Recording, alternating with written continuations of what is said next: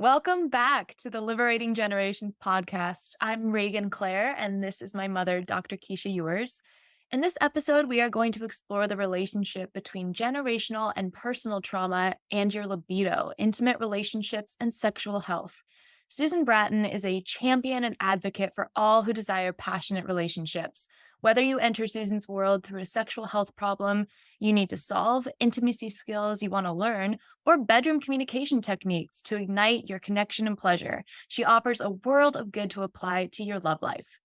Yay! Susan, it's so great to have you here.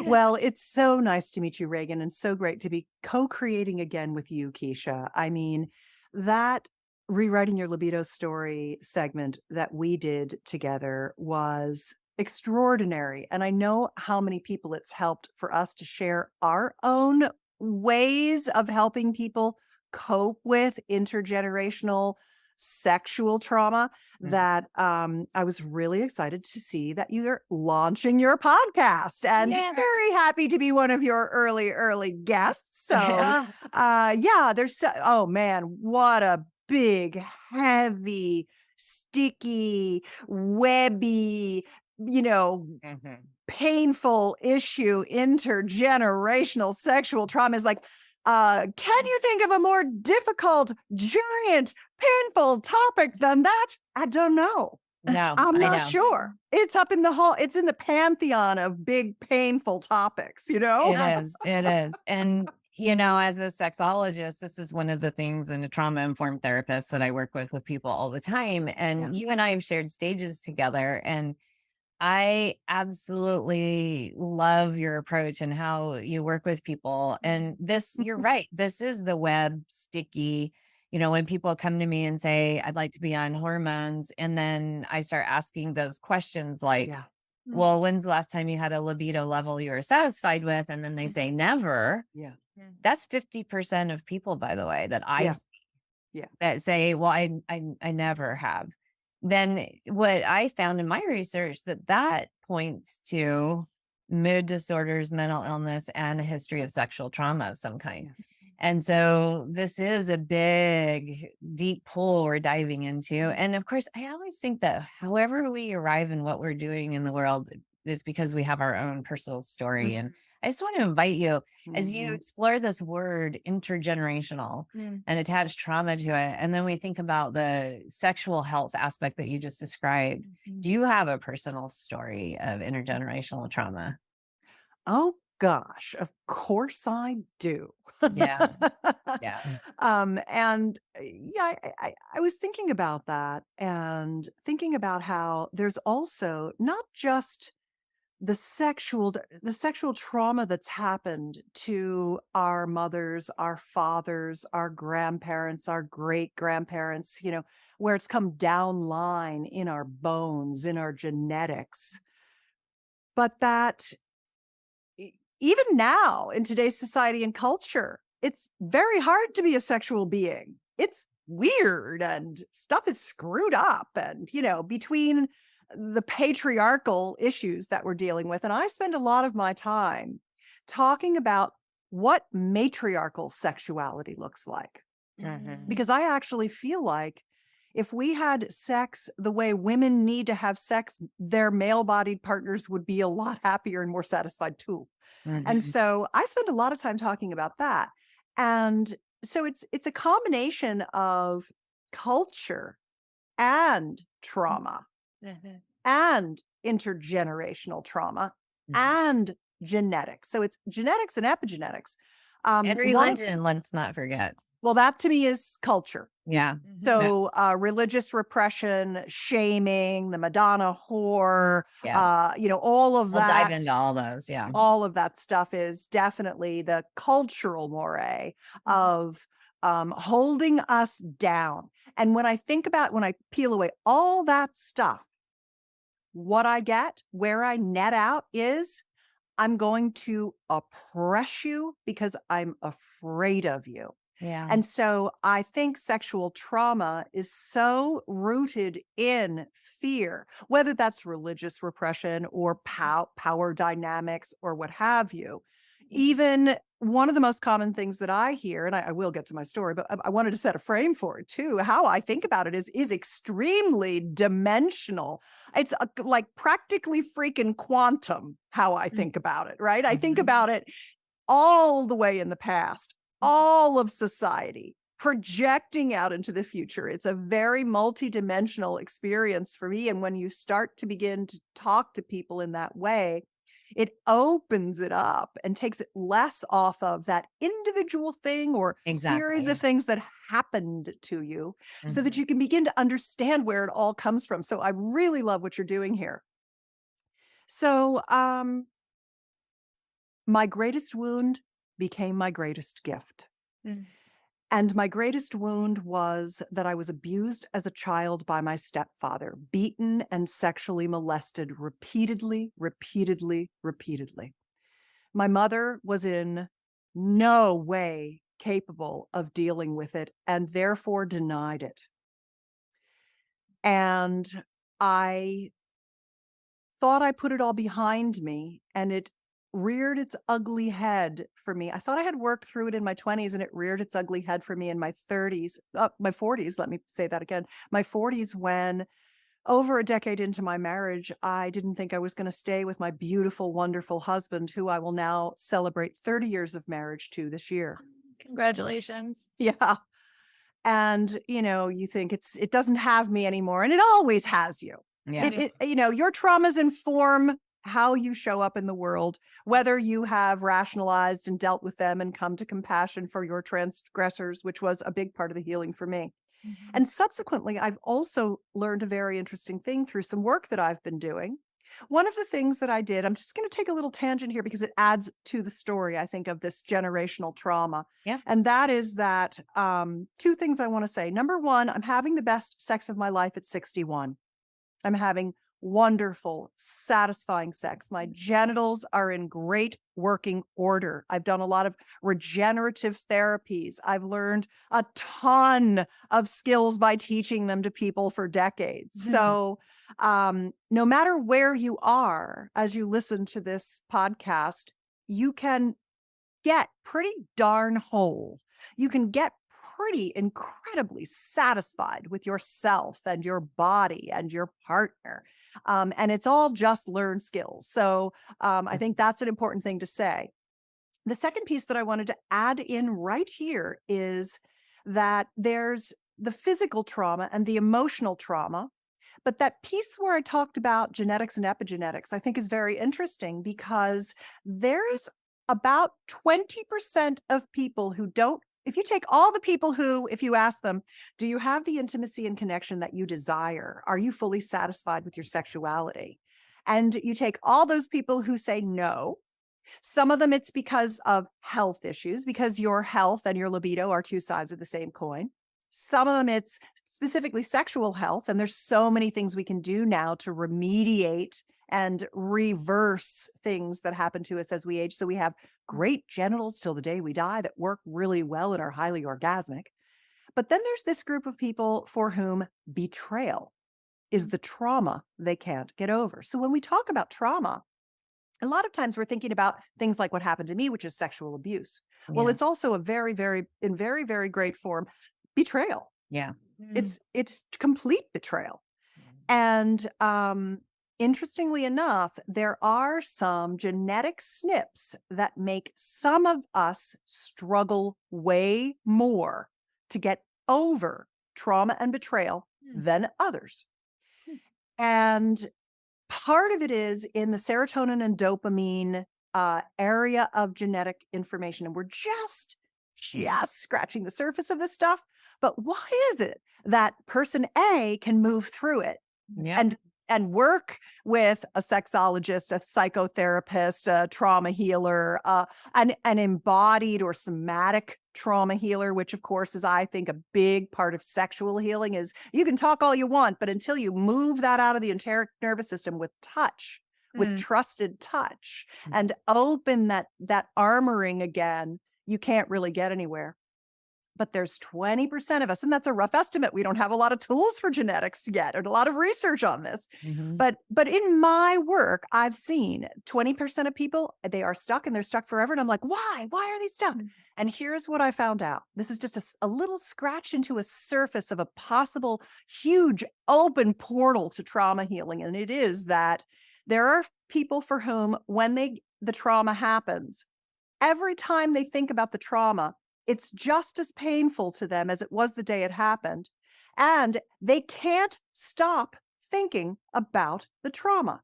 So Rumination. I was sitting with my mother, who's 85, the last time I went to visit her. And I just let her talk. I was just there to listen to her. She was doing the talking and I was doing the listening. And she was talking about things that she was bitter about. She was bitter about them. Things that had happened when she was 6, when she was 10, when she was 20, when she was 30, 40, 50, even 5 years ago. Things that she could not forgive and forget. I'm a big forgiver, forgetter. I will come to terms with it and I will let it go. And it's almost like it's dead to me. I don't even need to deal with it anymore. I just want to live into the future and into my joy and pleasure and connection and happiness and passions and things like that. Why? Is that an Enneagram thing? Yeah. Why is my mom at 85 still talking about bitter things that happened to her at 6? And why am I not? Mhm. And the epigenetic and genetic profile of my mother, it explains so much to me.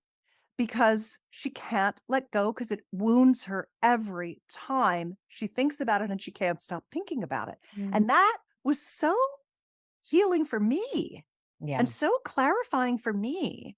It's why I do genetics on 100% of my patients.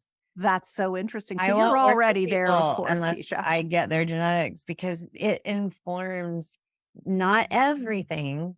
It doesn't count as it's set in stone, Yeah. but it gives you a place where you can say, A, if people are in the it's not my fault kind of frame of mind, Right. it's not your fault. Yeah. And B, oh, epigenetics says you don't have to live this out as if it's set in stone. Yeah. Here's where you're starting, but here's where you can go should you choose to.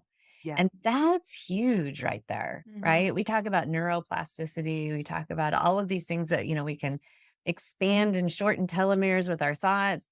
Your genetics are the same. How you express them is up to you. So it's really nice to know where you're standing. I'm a big backpacker, and your background reminds me of that. It's like you are here. And, you want to know, like, here I am and here's where I want to go. And so without that map, it's really difficult. So it's just spot on. Yeah. Sister. So interesting, isn't it? Yes. A rich vein for mining in the future, for sure. The epigenetics and genetics of our trauma.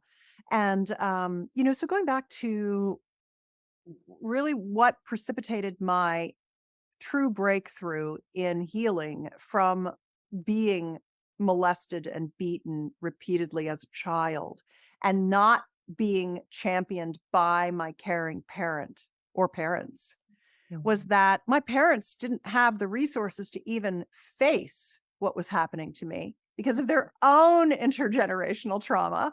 My mother was a child of an alcoholic parent who was he was tyrannical, he was just terrible in the household. And she was a throwaway. She was a girl. She mattered not in her household. They never even took her to the dentist. Her teeth were rotting out of her mouth by the time she got to high school. She's had lifelong dental issues from her parents just not even caring about her. So she did the best she could do with me. And to this day, she still apologizes. I wish I had done so. And I'm like, Mommy, it's okay. You were doing the best you could do. And I really understand that. Don't worry. I'm okay. I turned out great, You did. Yeah. Yeah, you did. But it all really showed up in my marriage a decade in. I had never had an orgasm from intercourse. And on the night of our 11th anniversary, I had 2 gin martinis. Always a mistake. Never have the second gin martini. You shouldn't even have the first, but it's okay on an anniversary to have a little cocktail, but I try not to drink too much. So It's so bad for you, and it makes you get old so fast. It It's just, does. there's nothing good about it. Except that So many sometimes truth bombs, everyone. I hope you're hearing this. that truth bomb, and it's a truth serum. And I said to my husband, it lowers your inhibitions. And I said to my husband, what are we doing here? We've been married 11 years, and it's like we're roommates living together. We have this big, beautiful house and great careers and this gorgeous little girl, and we're not intimate. And it was because I didn't want to have sex with him, because I had had sex with him for 11 years straight as a dutiful wife, call it 12 with the honeymoon, with the engagement time and all of that. And I never had an orgasm from intercourse. And so what did I end up doing? Wound becomes greatest gift. I teach people how to have orgasms from intercourse, because people think it's just them, like I did. I thought I just couldn't do it. And he thought, oh, I guess you can't do it. And so we didn't even try. What we think is that we should spontaneously understand how to have passionate lovemaking. And making a baby, by the way, both of which are bullshit. I know. Lactation is a whole nother world. They're all Exactly. learned skills, everybody. Everything is a learned skill. Yeah. Sex is a learned skill. And what I teach, passionate lovemaking, how to transform having sex into making love, how to have mutually, massively multi-orgasmic bliss together. You don't know how to do that. You got to learn. And so in the learning how to do it ourselves, in the working through the trauma that had me dissociating during sex, in learning that sex is a mindfulness practice that requires presence and heart connection, I became the person who figured out the steps to passionate lovemaking, transforming friction into connection, heart connection. And was because of my healing process, because of all of the things I went through, from the yoni massage that let go of all the trauma that was stuck in my yoni being, for your listeners, the tantric lovemaking word for the female genitals. I could say vulva, but it doesn't sound as pretty as yoni. I like my little yoni, It sounds like it comes with Sanskrit for your vagina. Yeah. It sounds like it comes. Thank you. It sounds like it comes with rainbow sparkles when you say yoni. It does. It does.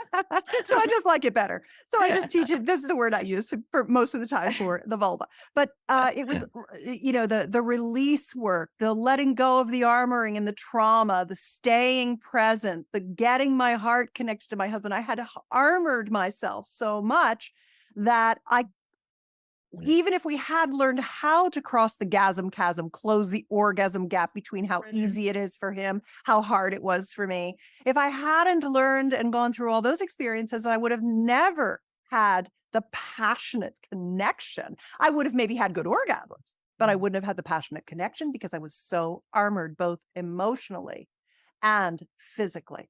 And so my trauma healing was really the reason I got into being an intimacy expert. I was like, let me write this down and teach everybody. Yeah. Well, I mean, and thank goodness you did, right? Yeah. Yes. It's the most rewarding work of my life, for sure. So how did you find liberation from that? Like, what does it bring to your life? And I want to hear more about the liberation that you found in your sexuality, and then how that's now become the passion, your passion in this life now. Yeah, my passion is passion. Yeah, totally. It doesn't take too much for me to say my tagline. My passion is passion. I love that. Also passing the gasm chasm. I love that. I love that. Yeah, it just takes one big leap, faith of belief that it's possible for you to cross that gasm chasm. Oh, it's learned. I could learn it. Okay. Because I always feel so badly for women who think they just are the ones who can't. I'm like, no, girl, you can. Trust me. And it's worth it, especially if you're in a long-term heterosexual relationship with a male-bodied partner. You don't want to keep having intercourse that isn't as satisfying for you as it is for them. Right. Yep. So the changes I that I had, number one, I opened my love muscle, my heart muscle. My heart was so frozen in fear. And even after a decade, I had to still learn how to work the door of my heart. It was real creaky and rusty. It didn't really know how to open. And I had to learn how to love my husband. And it took years of work after that, opening that little crack that let the light in to begin to fully love him, be in love, feel loved. A lot of people say to me, I don't have anyone to love. I don't feel like anyone loves me. I feel so alone. And I can really relate to that. When you feel like when your mother says to you, don't ever trust a man. You can never trust anybody. You always have to have your own money squirreled away. You always have to be ready for a getaway. I realized how much that had colored my holding You back of think? my love for my Yes. husband. Yeah. I mean, we didn't even have joint checking account for the first decade. Wow. I mean, a joint checking account was one little in the door Yeah. of my heart, you know? Right. God. And now, of course, I rely on him for everything. He's my everything. I could never live without him. And we just went through a trauma this last year and re-examined our marriage. And I had to fight to stay married to him. And I fought for him. And it's not the first time I've had to fight for his love. It's very interesting. I am a very passionate woman about my husband now. So number true. one was feeling truly actually experiencing love, and giving love is the way you feel it more than even receiving it. And so I had to learn how to love, number one. Number two, I had to open my yoni. I think about her like a lotus flower that blooms with millions of little petals, or one of those old roses, one of those old fashioned roses, that just has all those masses of petals, and they all slowly open. And each one of those things is an experience for opening. And so moving from armored fear and dissociation and not feeling the touch to feeling the touch really came from my expanded orgasm practice with my partner, which is a very traditional, classic clitoral stroking technique that's been taught by many people in many ways. It's kind of like the yoga of female pleasure. There's hatha and there's bikram and there's vinyasa flow and there's kundalini and there's, all these flavors of it. But ultimately, all of yoga is there, whether it's the mudras or the asanas or the combination of those with breath work. That's all there to open the body and to expand the body and to smooth us to possibility. And expanded orgasm is a practice like that. My husband diligently laid me down. I butterflied my legs open. And we worked on creating feeling for me and letting go of upset.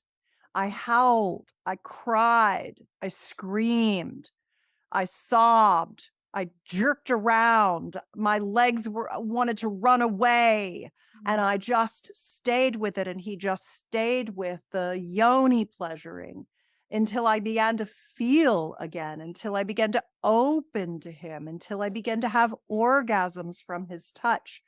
And when he gave me the attention, the full attention on my pleasure, with no expectation that I would reciprocate with intercourse. When intercourse was removed from the equation of pleasure because it had not served me, when he stopped being needy and feeling rejected, when he moved toward my opening, knowing that that was the only way through to connection to my heart, it opened me, it grounded me, it made me touch source. I don't want to be too quote unquote woo here, but How you when woo-woo? I know. I'm in a safe woo place. You are. When we were in a conjoined mindfulness, sensual, limbic connected trance space of orgasmic pleasure together, when he was delivering and I was receiving and I was meeting and he was riding my pleasure and feeling it in his body, touching me and feeling everything that was happening to me in his own body, we touched God, Gaia, source, connection to all living things. It made me realize I was part of this planet of humanity and creatures and love. And it was there for me and it was holding me safe. Some people take a path of religion. Some people take a path of meditation. I took the path of orgasmic meditation with my partner in that journey. It released me. It made me feel confident. It blasted brain chemicals into me. I started to come alive and online. I became my whole self. I got back to my essential self. I found the little girl I was before I was traumatized and realized how incredible she was and how much I loved her and how much I wanted to reintegrate with her. And I stood firm on the ground, the terra firma, with 2 feet strong and connected in love with my husband and started having incredible orgasms and said, we need to teach everybody this. And when I first started teaching people about sexuality, I would get a lump in my throat when people asked me what I did. I still had sex should be shameful things. But over the years, the lion that is my talisman, the courageous heart that I have, I let her be courageous. I let her love for everyone through my work. And all of the people who've written to me with their deepest stories and allowed me to give them ideas to try and came back to me and told me what worked and what didn't work. The journeys that I've been on with thousands of people over the years has really let me step into such solid confidence that everyone can go through what I went through, come out the other side and have the pleasure, the joy, the connection, and the passion, and just feeling so good about myself and my journey and my love and having so much more love to give to everyone. So, I'm really glad I did it. And I'm glad I get to tell you about it. Thank you. God, thank God for that second gin martini. I know, right, Reagan? That one was worthwhile. So, yeah, she wasn't feeling it with the second gin martini. I know. The story is we went beyond that.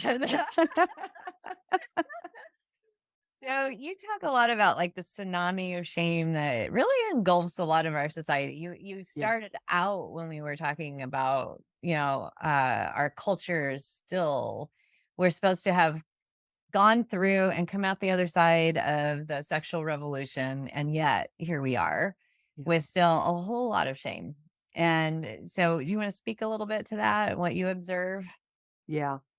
I think that one of the reasons I like to talk a lot about the matriarchal view of sex is that we're still so mired in how men want to have sex and what sex looks like is so male described. And it's not any given man's fault. Well, They're Masters and Johnson did their research, right, on prostitutes. That's who could come into the lab, and men. And so the whole way that everyone is educated is based on that sexual arousal, right, scale of man. It has imprinted everything, including orgasm. Orgasm becomes the only thing that everyone wants to talk about. Well, and it's the male orgasm that everyone thinks is the orgasm. Right. I mean, if you plot it, so there's that, I forget what the 4 stages are, where it's the climb up the mountain and then you have the climax or the ejaculation. Desire, is really what it is. Ejaculation, refractory. Yeah. Exactly. Thank you. And you just fall off the cliff and you're done. And it's have a cigarette, go to sleep. And that has done more to hurt orgasmic potential than anything. One of the things that I wrote about last year were the 20 kinds of male and female orgasm, the 3 types of orgasms that are locations to touch in the body, orgasms that are technique driven, whether it's erotic communication or the expanded orgasm practice is it's a technique driven. You can achieve the specific type of orgasm with a specific type of technique, Mhm. or it's basically objects of desire, which is a lot of sex tech, which is fantastic and taking our orgasms to a whole new level of potential. And still people are like, oh, I don't know. I might get reliant on it. I'm like, you're not going to get reliant on it. This is what's going to expand your orgasm. It's Yeah. going to give you more pleasure, ability to stay in orgasm longer, have multiple orgasms, have expanded. It all comes from practice and building essentially the muscles and the neural pathways to pleasure. And So, permission. Communication. yes, Mhm. permission is so, I mean, I think my number one thing I do is give people permission for more. Yeah. Give them more possibility, all these erotic play dates and different kinds of orgasms and all the things that I spend my days writing about and doing videos on and all that stuff. But the matriarchal view of sex, I think, is really, really important because our arousal styles are a bit different in the male and female body. Men get a very, very fast erection with their fast acting hemodynamics. Their penis gets erect quickly and you can see it. And we women have as much erectile tissue in our vulva as our male bodied partners do. It's more like a donut with a point, and it's wrapped around our vaginas.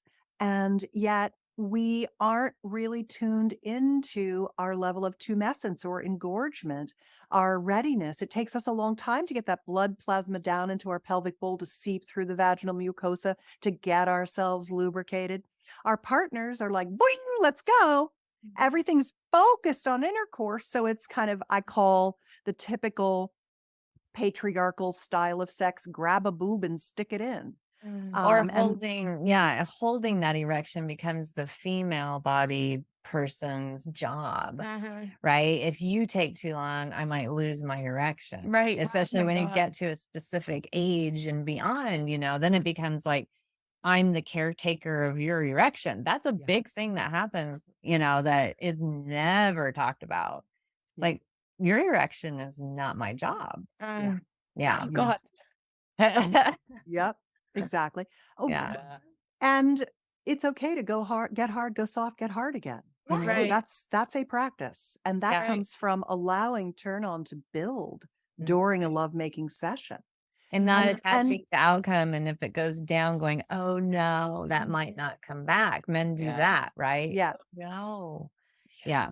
or even teaching men that there's nothing wrong with not having an erection when you start and just allowing your turn on to build and your connection to build. I think for a lot of men, they're just gypped out of great lovemaking because of the patriarchal perspective, Absolutely. and so between the whole Masters and Johnson climactic, visual that we all think is orgasm and all of the things that you've mentioned and so many more, the slowness of women to become aroused, slowing down.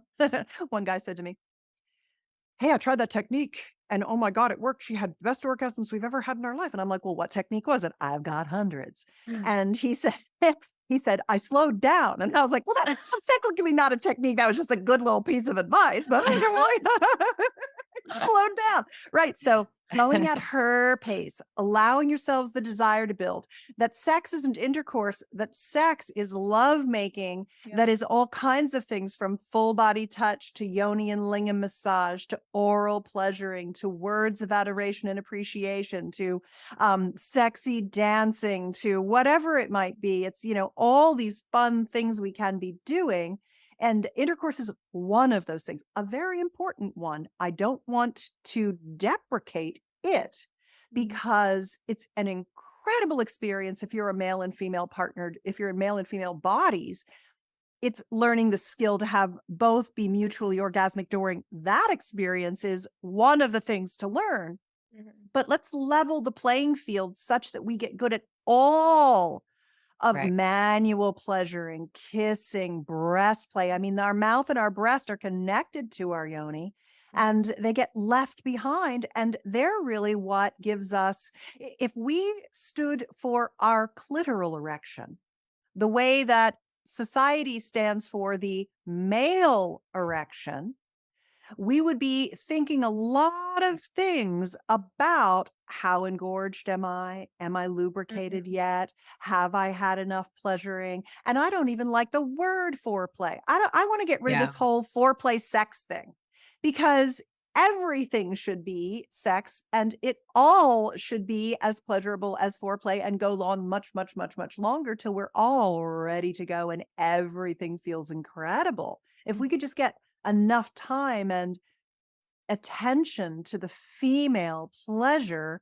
then everyone wins. And so, I mean, to me, that's a big part of matriarchal sex is having our male bodied partners and ourselves as women understanding that we take 20 to 30 minutes of responsive pleasure to get to the point where we're ready for more. Mhm. Well, back to that shame question. Yeah. I'm going to insert here, and you'll have a million more of them, but some of the shame is I'm not getting engorged fast enough. Yeah. I'm taking up too much time. I'm taking up too much space. This is right. And so the clock is on in the mind, and we live in a productivity oriented society, and so there's like a task list that has been part of the day, and bringing that same task list to bed with the stopwatch doesn't work real well. Yeah. Right? Yeah. Yeah. We can't Well, fall asleep that way, and we certainly can't orgasm that way. You have to surrender and relax completely. that's why I think it's so empowering for women to understand that 20 or 30 minutes is what it takes for them to get their erection and that there's nothing wrong with them. Women always think it's my fault. I'm broken. It's just me. We take Bless on his all the heart. problems. He's so patient with me. Yeah. I want to just bless his Exactly. heart. He's so patient with me. Right. Yeah. Yeah. So once we start to get women thinking, oh, you mean I'm not broken? Yeah. This is normal. We're all like this. This is how the female body works. Oh, we've been playing on men's time frame. And honestly, men are getting the short end of the stick too, because Yes. it's not their time frame either. It's not their time frame. They want to be heart connected. They want lots of foreplay. They want to feel wanted. They don't want to push themselves on us. They just don't often. They just haven't heard that yet. They just didn't know Exactly. yet. And they might have learned how to have an orgasm by themselves in a bedroom really quickly or in the shower with people banging on the door, Watching porn. watching porn, like really fast. I got to get this done because I might get caught, So, Still shame, and then also that speed element to it. Yeah. And now more and more men are getting shamed for their penis size.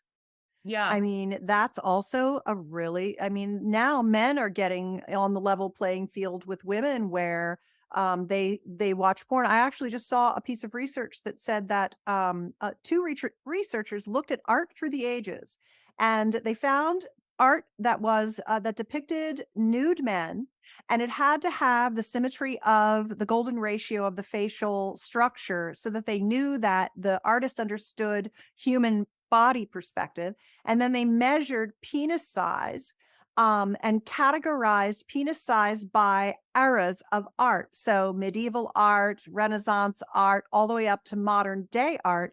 And they showed that penis size got bigger and bigger and bigger over time. Well, that's only a couple of thousand years of evolution. So penis size hasn't changed in a couple of thousand years of evolution. we just saw this in Europe in Versailles over Christmas, and her sister and, the three of us were just like looking, wow, they were hung very, very short back in those days, and penis size is very different these days. And, like in the paintings, you can track that.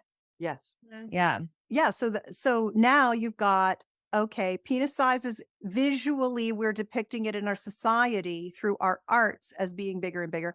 Now the match has been lit. We pour the fuel of porn on that fire. And now men are completely ashamed of their penises because they don't look like what they see in the porn that they masturbate to every day. The pornography that's preying on mostly men, but now more and more women, that's affecting women because now men think that performative crap is sex. is lovemaking. That's what they think sex is. So now you've got 22-year-old guys trying to do anal with 20-year-old women and thinking that's what sex is, and young women thinking that's what they're supposed to be doing. Yeah. It's just a travesty. Well, and Regan and vaginas, it's the Keesha, same thing. Are, like they're all supposed to look alike. They're all supposed to be shaved like a prepubescent girl. Right. And, and it's like, wait a second, that they're not supposed to all look the same. They're all different. And, this is just so crazy where we've gotten now. so this is traumatizing all of us, is really my point. And that Yeah. is that when I talk about the matriarchal view of sex and understanding the female arousal cycle, what I think is that the male arousal cycle is probably very similar, because honestly, we're just the same parts arranged in different order. And so really, I'm not sure. I think that the male arousal cycle has been so defined by things like the Masters and Johnson work and pornography, etc., and furtive masturbation, making them be, have no stamina. They come really fast, premature ejaculate, all of Yep. those pieces of things are also we're all in this together. It's not the blame game. Right. It's raising awareness that we're being traumatized by our society and culture, the movies, pornography, art through the ages, to making us feel like what our body's natural responses and tempos. Like, I love all the work that's being done on circadian rhythm and how we need to look at sunshine in the morning and blue block our light and go to bed early. And we're starting to have those same perspectives on our sexuality now with conversations like you and I are having right now, which is raising awareness that we're living in a paradigm that is not serving us, and that listening to our own body in every moment. What does she want? I have a technique called the Sexual Soulmate Pact, PACT, like an agreement. And I give it away. It's at sexualsoulmatepact.com. You can download it. And it's a wonderful communication tool for partners of any gender, across the gender spectrum, for being able to understand that your body is talking to you all the time. And when you tune in to her, like how I felt my heart door slowly cracking open, how I felt my yoni blossoming like that lotus flower. You can tune into your felt sense and this conversation that your body is having with you in every moment in your sexual life. And then you can use your voice and speak for your body. You live in an animal body. How can you speak for her or for him and say to your partner, this is what she wants right now? She wants you to hold her in a soulmate embrace. I want you to rub my lower back. I need you to pull that big toe where it's always getting jammed because it's a little bigger than the other one and it always smashes into my shoe. I can't start to even kiss you or be held until you get that toe joint back in shape for me. Whatever it is, my yoni wants you to do this today. I want more. I want to be ravished. I want you to hold me, pick me up. I want you to hold on to the back of my hair or press me down or whatever you want. You want something different in every moment of every day. We are moon women. That right there is another one. Mm-hmm. People will go into their sexual map, create it, and get stuck in it and not realize that you can have 500 maps more. Yes. Yeah. Yes. It's an ever evolving topography, that map. Yep. Yes. You're riding over the topography of your desire at every moment. And you have to tell your partner what's on the map today, what's on the map in that moment. And that moment can change and you need something different. And that's nothing to do with their technique or skill or how much they love you. They have to understand that they cannot second guess your animal, that you need to give your animal that mouthpiece so that you can fill them in on what you want. And also being more verbal and moaning and telling and requesting and appreciating and adoring and supporting and all this stuff. People are so quiet in bed. They're just rubbing genitals together. Their eyes are closed. They haven't created a lover space. They're not laughing. It's like it's so serious, this thing. Mhm. Instead of just flowy and joyful and giggly and fun and connected and communicative, and then aroused and turned on and desirous and ravenous and passionate and touching source together in their bliss. That's what I like to do, is give people those fundamental tools that get them on the upward pleasure spiral, and clearing the trauma from your body, clearing the trauma from your just your psyche is the first step in that. Great sex is great communication. Scrape you off the ceiling sex is scrape you off the ceiling communication. Like, you have to have feedback. Yeah. If we just sat here and went like this, but we weren't finding out, can you hear me? Right. There would just be a bunch of this, but we'd have silent talkie movie right now, which wouldn't help anybody. So we have to know that we can hear each other. And for some reason, sexual feedback is not put up on the high list of priorities. Yeah. So for shame's Shame. sake, what if shame. I show up and get judged? Yeah. What if they think of me in this way? Yeah. Ooh, I can't be, whatever it is. We do all kinds of shaming of ourselves. Yeah. And I love, like, one of the statements that I teach my clients all the time is, okay, practice this with me. Well, that just happened. Like, that just happened, and be able to laugh, Yes. So, oh, that just happened. And it just takes some lightness into it and removes that heaviness, right? Yeah. Crazy. I'm I know. curious from a generational perspective. Yeah. What are you noticing these days about what we're talking about and where shame comes in? And Mhm. Oh God. First of all, thank you so much for your wisdom. I'm getting a lot from this conversation. Oh, good. Yeah, I think, God, right now we're in a really hard place in my generation where it's people are having a hard time meeting each other. It's like online dating is where people go to try to meet new people, but because they're most people are trying to meet online now, there are all of these options at our fingertips. It's like actually having all of these options isn't doing any good. It's Mhm. like looking for the next best thing constantly. Mhm. And so I am personally going through a period where I'm not dating and I'm not having any sex, and it's been a really good reset for me because I was absolutely falling into this trap of really only sleeping with people after, like, I was down at school, like, after parties and things. It was like there had to be alcohol consumed in Yeah. order to get to that Inhibition. point of inhibition, Mhm. in order to get to that point of wanting to have sex. And Mhm. so I'm taking a big step back now, and looking at that, like, really reflecting on the lack of intimacy that I've had with the last few partners I've been with Yeah. because of that, So like, transactional. it's very transactional, and Yeah. it's not been good sex, honestly. It's been like, I can look at my own people pleasing tendencies, right? Of Mm. I love what you said about, like, the erection becomes your responsibility almost. It's like Your mom said that. yeah, you said that.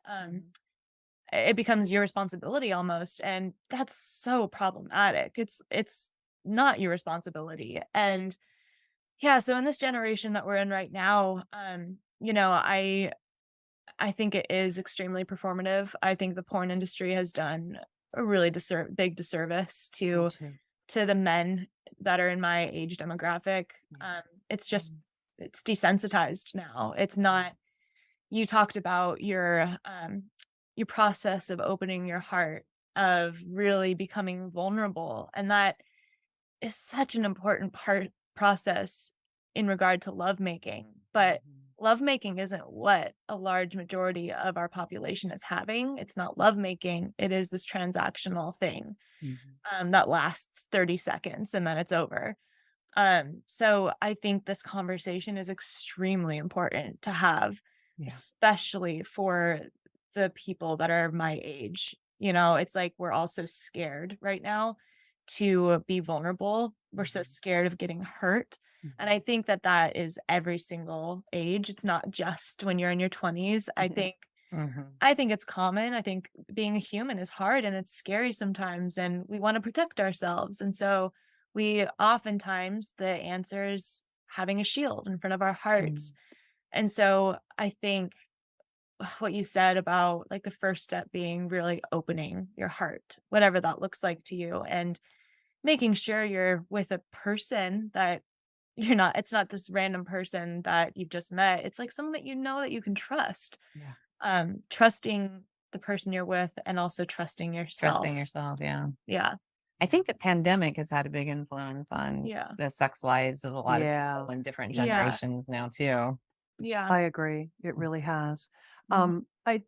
One of the things that I like to, it's interesting. There's two things that came up for me in your conversation. One was that there are definitely these kind of like generational or like decade flavors of our sexuality. I look at our sexuality as a lifelong pursuit of pleasure, Mhm. where sex keeps getting better, gets on that upward pleasure spiral, the more skills that you get. And when you're in your 20s, everything's kind of new and you're just, making a lot of mistakes. You're finding your way, you're finding out what's important to you. You're getting to know your body. You're having some experiences. In your 30s, you're either married and having babies and building your career, but there are other things that are kind of often going on for you, or you're still looking for your mate and you're starting to get worried as a woman.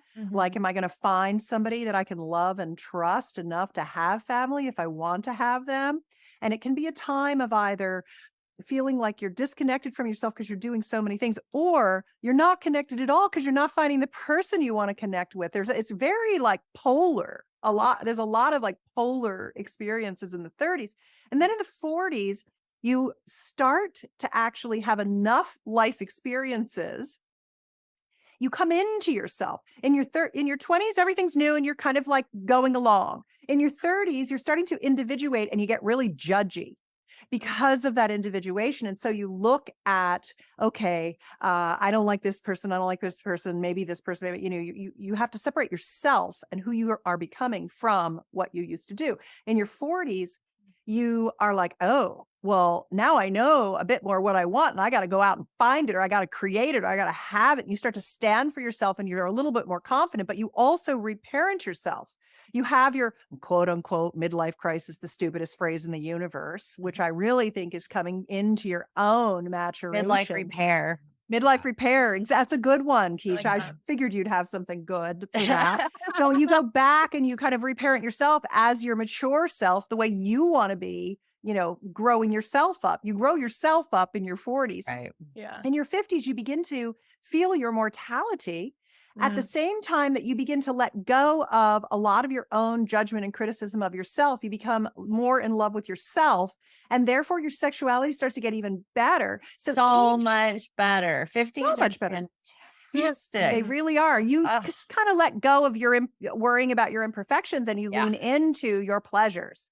You're Mm. like, I'm just going to make this happen. And then when you get into your 60s, if you're still in good shape and you've taken care of yourself and you've done that, genital remediation, reversing the atrophy and doing things like that, then you're just like slow and it's incredible and your lovers are really amazing and you could have an entire renaissance in your relationships and take on even more lovers, and it just becomes this beautiful easy thing that moves you right in through your 70s and 80s. And there are many people who are having the best sex of their life in their 70s and 80s, and there are still people that I'm in touch with in their 90s who are still having great sex. Same here. So it is a lifelong gift that keeps providing you with more and more pleasure and connection. And what I notice is your generation, when they hear about 80s and 90s being sexually active, ew, Oh, I don't. ew. Yes. And I'm like, really?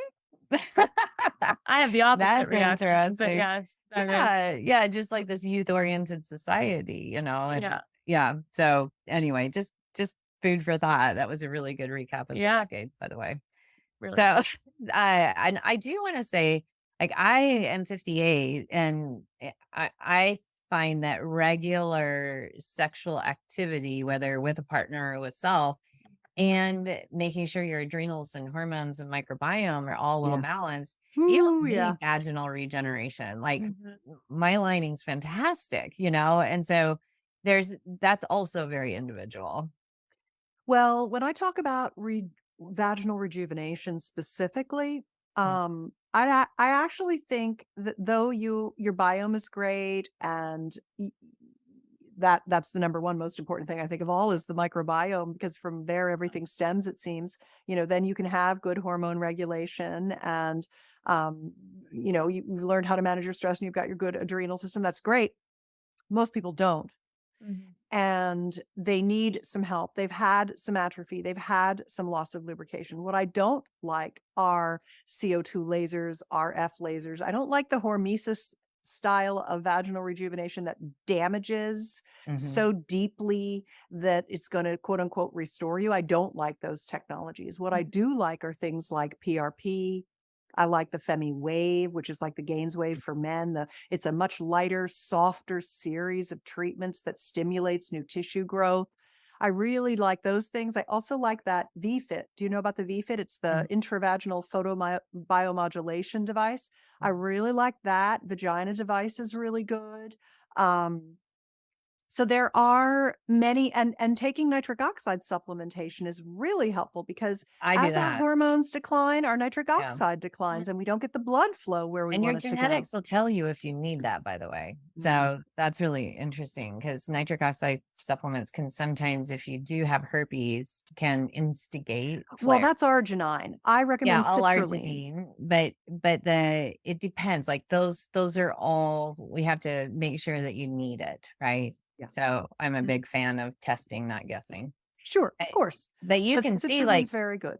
in your adolescence taking nitric oxide supplementation, if you have a genetic SNP that shuts you down completely, gets rid of things like ADHD because now you're getting Mhm. oxygen to your brain. So, Mhm. Yeah. it's not just sexual health, it's all Right. True. everything that It needs supports oxygen. your vascular system. Exactly. Yeah, Exactly. it's vascular. Yeah. Yeah. Yeah. So I mean, those are the kinds of regenerative things that I'm talking about. Using all Mhm. natural lubes, not lubes from the drugstore that have to have, Right. poisonous crap in them because they're Mhm. FDA class Or 2 water based. certified or Right. whatever. They're Yeah. just like so tough on your vagina. So there are a lot of things you can do regeneratively. And there are a lot of women who've lost sensation, have a lot of atrophy, and they're not aware. They think that everything is just this like really big, intense thing they have to do. Mhm. And it's not. There's a lot of Not. slow, subtle, healthy ways to keep aging at bay for those who feel that aging happening. Mhm. Right. Well, uh, Susan, I appreciate so much Yeah. your time with us Just and Me got a lot too. of wisdom. Thank you. yeah, and like one of the things that we've really hit on here is liberation through communication and radical honesty with yourself, all of Yeah. your past selves, Yes. your future self, Yes. Yeah. and the same with your partners, their past selves, future selves, and current selves. So it is very much a quantum field. Mm. And, I approach it in the same way. And it was delightful to hear you start off with that. It's like, Yeah. yes, exactly. So we will in Aw. our show notes have information, your free gift, and we just really appreciate your work in this world. Thank you so Yeah. much. Susan, it was so great meeting you. Thank you so much. Great to meet you, Reagan. Great to see you as always, Keesha. My pleasure. And thanks for tackling such a big sticky issue. So thank Yeah. you. All the best and all my love. Until next time, everybody, be well.